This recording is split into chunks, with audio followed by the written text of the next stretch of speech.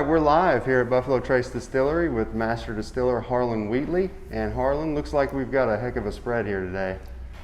Yeah, we're sitting here in the reconciliation room of the E.H. Taylor house, and it sits on our property.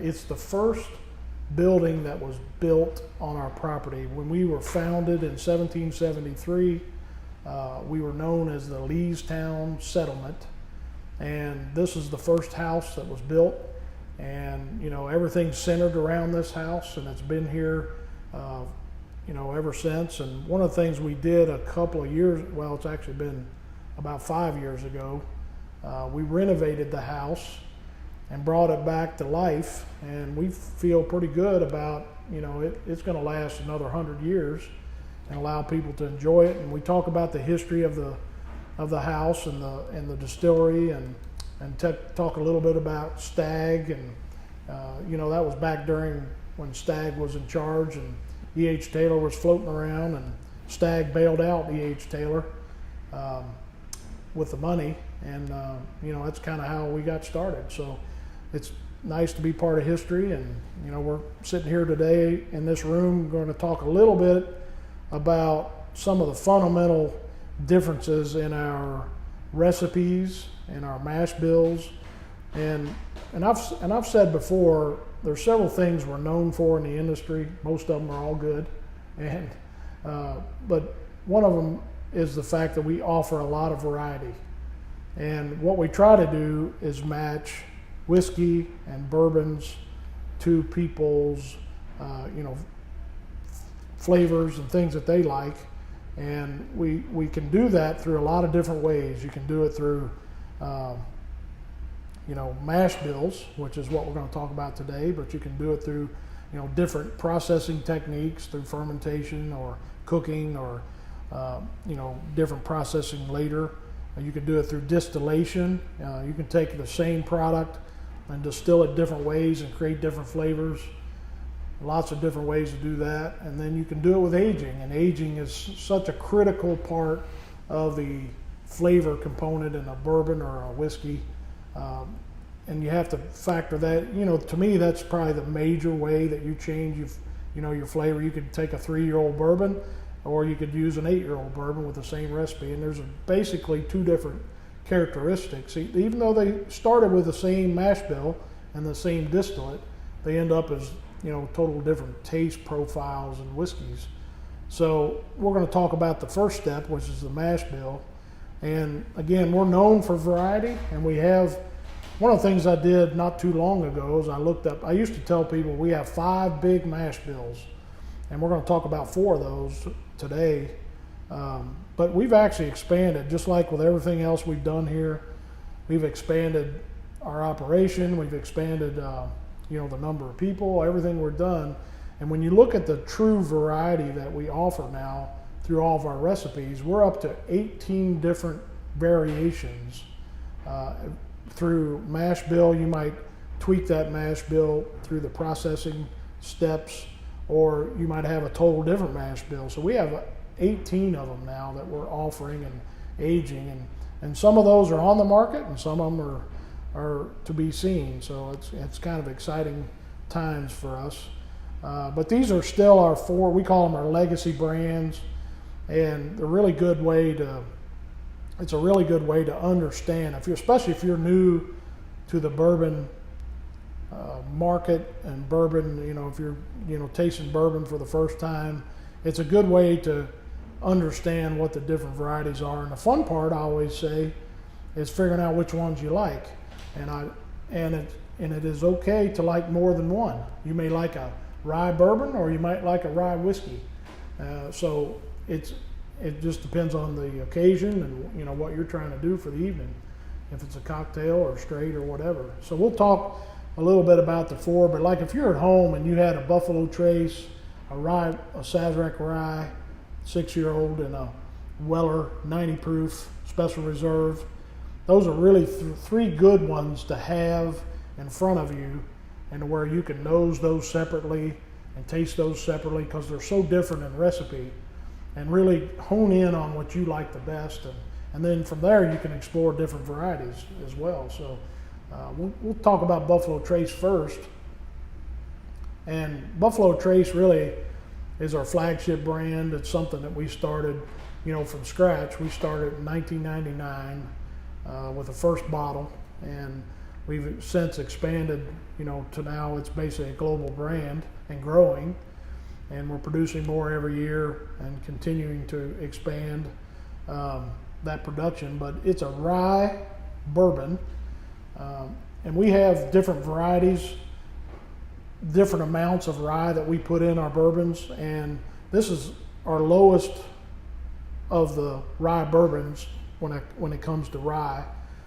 So it's has plenty of good character, well balanced. Our standard is an 8-year-old bourbon.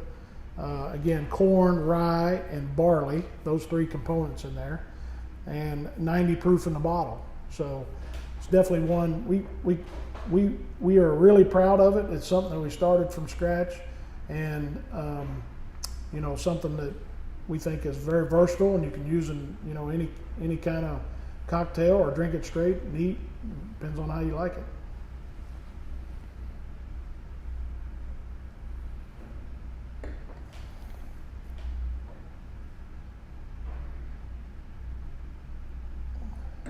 So like I say, these varieties,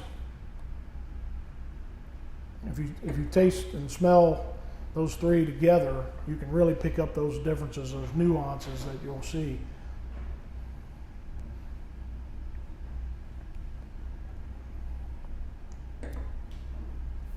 And the 8-year-old really, it balances that recipe, that mash bill, with age and the character that you pick up in the wood. And a lot of people ask, and they want to know the exact recipe of our products, and we don't give out the exact recipes, just because we work hard every day to try to figure out how to excite our customers and create these different brands. And it really just we don't want people to go out and try to imitate our brands, but we just don't give those recipe numbers out. But we say it's a rye bourbon, low rye content, 90 proof, and we give people the what they need when they're comparing the different recipes. And then Blanton, the thing that makes Blanton unique is it's the world's first single barrel bourbon. And before Blanton, and it's kind of a long story on how Blanton came about, but really the main idea behind Blanton was hands-on, really focused on the taste of that barrel, one barrel at a time. We had Elmer T. Lee, who worked here from World War II up until about 7 years ago. He passed, but he was very instrumental in bringing Blanton to the public. And one of the things he did is he would go out and he would tell people about single barrel bourbons. And in 1984, which is when this started, there was no such thing as single barrel bourbon. There was no such thing as premium bourbon. Everybody shook their head and said, "Who in the heck's going to pay $25 for a bottle of bourbon?" And he continued to push it and get the word out and promote it, and the rest is kind of history, because every distillery in the really the whole world has a single barrel these days. And that's really what makes it special. It's something we haven't changed the recipe, we haven't changed the techniques since 1984. They're handwritten labels. They got the horse on top that's got a letter on the bottom, very unique package, kind of an iconic package, been in a lot of movies and things. But the difference between Blantons and Buffalo Trace, as far as recipe goes, is it's still a rye bourbon. However, we add more rye to it. And what that does, when you add rye, it's just like rye bread. It makes it a little fruitier, a little spicier, gives a little bit difference in flavor. And then something else we do to balance that is we distill it at a little bit lower proof. So remember, I talked about how distillation, you can manipulate those flavors, and we do that with Blantons by distilling at a little lower proof. The other thing that makes it very unique is the fact that we store it in a metal-clad warehouse. So really, we're looking at all facets of variables and trying to give a difference in flavor, in that product. So when the combination is all said and done, we end up with Blantons, single barrel bourbon, and a little higher rye content.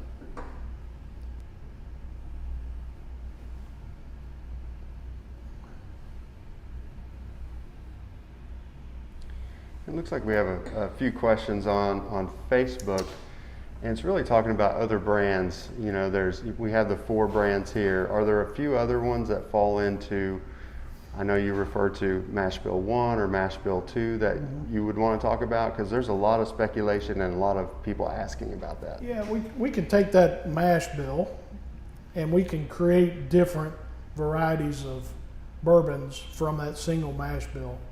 And for example, with Buffalo Trace, we take that mash bill. It starts off life with Benchmark.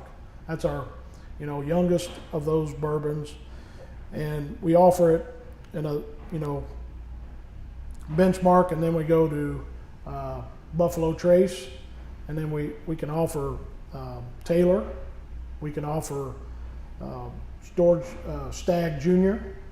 We can offer 10-year-old Eagle Rare, and then we can offer Stag Senior at 17 or 15 years old or so, and that's the way you do it with that one single recipe. Again, we use aging as the way to change that character of that whiskey, and we can do that with that one recipe. And then the same way with Blantons. We have that one main recipe. That's what I said. These 4 recipes dominate our time when we're producing.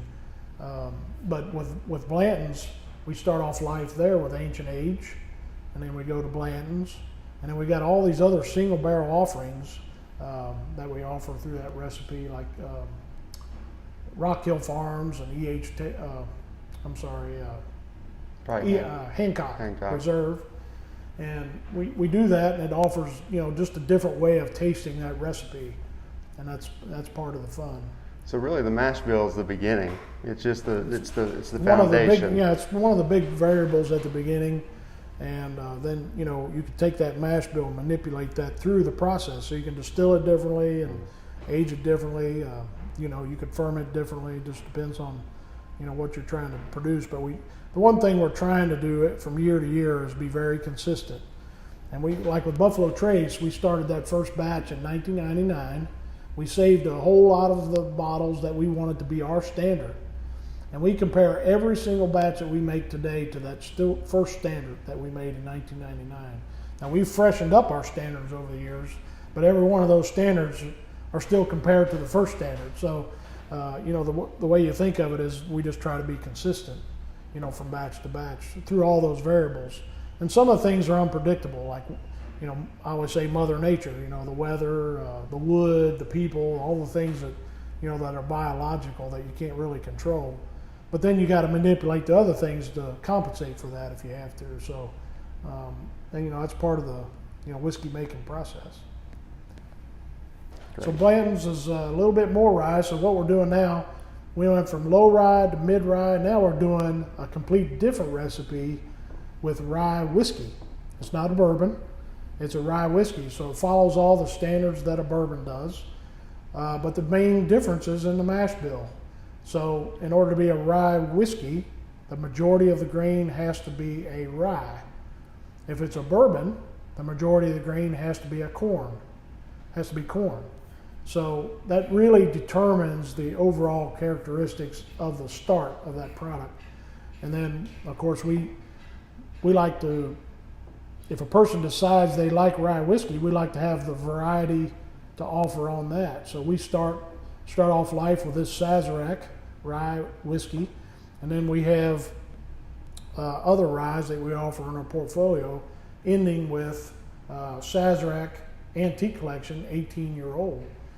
And it just gives us a good variety of ryes. And I always say, if you write down on a piece of paper everything you like about rye whiskey, then we offer it with Thomas Handy. And Thomas Handy is uncut and unfiltered. So you take the barrel, you take the sample, and you put it in the bottle. And that's what people are learning about the rye whiskey that way. Mm-hmm. So the ryes, this one is similar in age, but now a rye whiskey. So you should see that rye increasing as you go. More spice, more, some people say fruitiness, some complexity. Yeah, and Chris Lanyon here on Facebook says he has all 4 of these, and he uses his Sazerac rye as his go-to for cocktails, and he loves Blantons is the top of his list for drinking neat. Yeah, so I agree with that. That's the way to do that. And then with the rye, one thing I found, at least personally, and everybody's different, but with ryes, they don't linger as much as a bourbon because you don't have as much of the corn content in the rye whiskey. So it's a really good whiskey for cocktails because it's has really good character, really good flavor. It doesn't dominate the drink, and it makes good thing, Manhattans or whatever you're mixing up. So that's really the reason we started this age of rye whiskey, because before, when we only had the 18-year-old, bartenders loved it, but they said, we love your 18-year-old, but we don't want to make cocktails with an 18-year-old whiskey. And we say we agree with that. So we started offering the 6-year-old, and now it's pretty popular around the globe, really, but especially here in the U.S.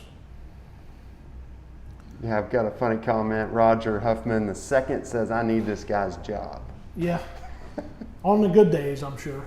Yeah, he wants the job on the good days. There's good and bad, but that's that way with every job. And the fun part about the job is to be able to create these recipes and create these things from scratch, and then see consumers enjoy it, and get the feedback. And right now there's over 500 people here at Buffalo Trace, and every single one of those people are contributors to these products. So when people say that, I think I get to enjoy seeing this all happen. I know who was involved when they made this bottle, when they put it in the bottle, when they produced it, when they cooked it, where the grain came from, the farmers involved, the whole process. And really the enjoyable part is if you travel or go somewhere else and you pull this bottle out of a bar and have a drink, then you can see you can remember where all that came from. So that part's good. Yeah, I remember you saying to me one time, in all your travels, and you can find a bottle of Buffalo Trace, it was like a little taste of home, no matter where you are. That's right. All right. So last on the list here is our wheated recipe.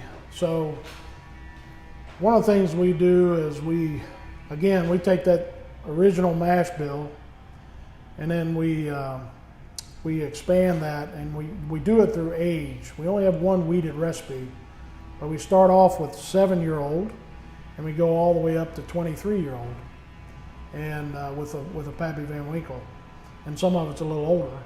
So it just depends. But with this one, it's the standard is a 7-year-old 90 proof wheated recipe, so it has no rye in it.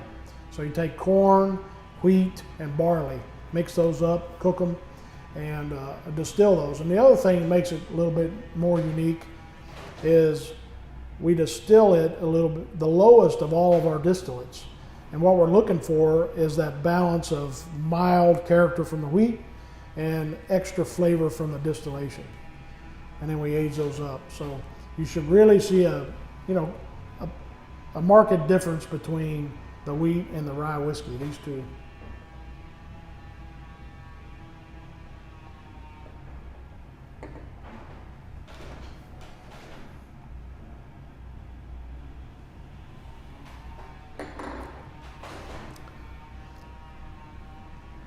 So that's the wheated bourbon that we have. And like I say, all 4 of these varieties give you a really good idea of how to manipulate and change the flavors. And then really we're just trying to, we have a room full of 100 people. 20 people are going to like the wheat, 20 will like the rye, and the balance might like these 2 rye bourbons. So, and we see that time and time again, and it just depends on the consumer's taste and what they think is good.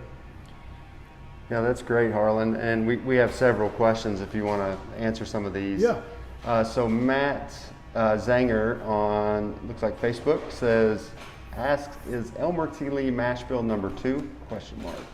Elmer T. Lee is part of the Blanton's recipe, not Blanton's recipe, but that recipe that we use to make Blantons. And one of the things with the Elmer is he liked a certain style based on his own personal preferences, and we try to continue that effort. And he liked upper floors in warehouses, a little bit more flavor, a little bit older generally than the Blantons. So it's the same mash bill, but a little bit different characteristics on the rest of it. Great. It also said, Cody Allen says, does Buffalo Trace still make Pappy Van Winkle? Yes, we've been, that's one, we get that question a lot about Pappy Van Winkle, and it's one that, we've been really proud of and, proud to be part of that. It is our wheated recipe.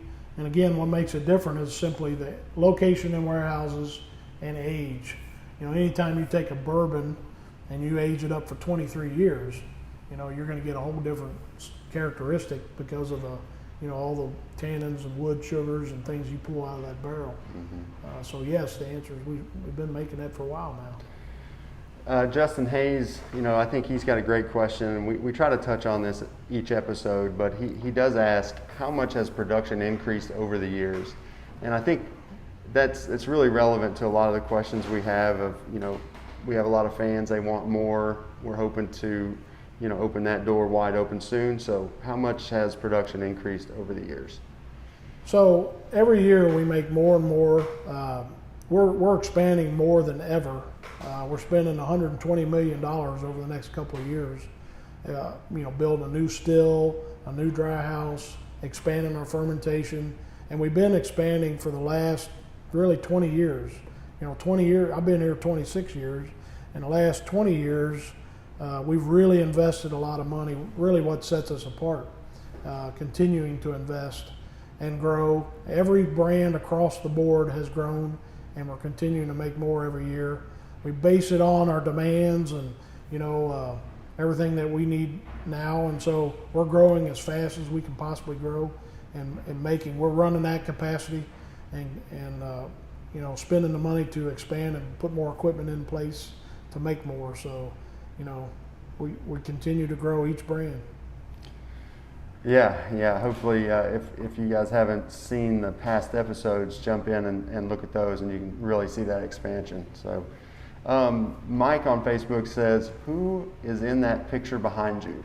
Well, that happens to be Mr. George Stagg, and that's probably, who knows how old he is at that point, but it's a younger picture of him. And again, it was just this whole building basically is dedicated to Stagg and Taylor. We call it the Taylor Building, but just due to the history of everything they've done for us, and if it wasn't for Stagg, the distillery wouldn't be here, because he did so much to invest and build this distillery up to the powerhouse it was back then, and we owe a lot to him and his legacy. Yep, sure do. We're way over on time. Actually, we're about 23 minutes. We like to only take up about 15 minutes of your time, but any last words you'd like to close this with?